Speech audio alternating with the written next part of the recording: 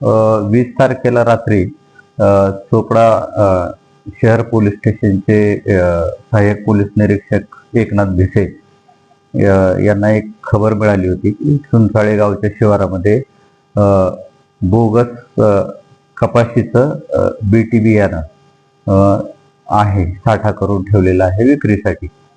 त्याप्रमाणे मग त्यांनी त्याचा शोध घेतला. नितीन चौधरी सुनसाळे यांच्या ताब्यात ते शेत होतं आणि त्या शेतामध्ये 9 गोण्या बोगस बीटी बियाणं कपाशीचं मिळून आलेलं आहे. एका 450 ग्रॅमचं एक पाकिट आहे आणि त्याची किंमत आहे साधारण 1200 रुपये विक्रीची किंमत आहे.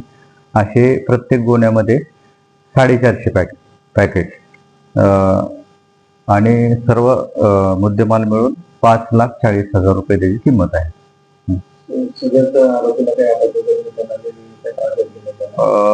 बियाणं मिळाल्यानंतर आम्ही तालुका कृषी अधिकारी त्यांचे बियाणे नियंत्रक जे असतात त्यांना बोलवलं. त्यांनी त्याचा सविस्तर पंचनामा केला आणि त्यावेळी त्यांच्या असं निदर्शनास आलं की हे जे बियाणं आहे हे महाराष्ट्रात प्रतिबंधित आहे. मग प्रतिबंधित बियाणाची विक्री करण्याच्या दृष्टीनं त्याचा साठा करण्यात आला होता अशी तक्रार त्यांनी तालुका कृषी अधिकाऱ्यांनी पोलीस स्टेशनला दिलेली आहे, रामचंद्र पाटील यांनी. आणि त्याच्यावरून आम्ही भारतीय न्याय संहिता आणि इतर बाकीचे जे कलम आहेत त्याप्रमाणे गुन्हा दाखल केलेला आहे.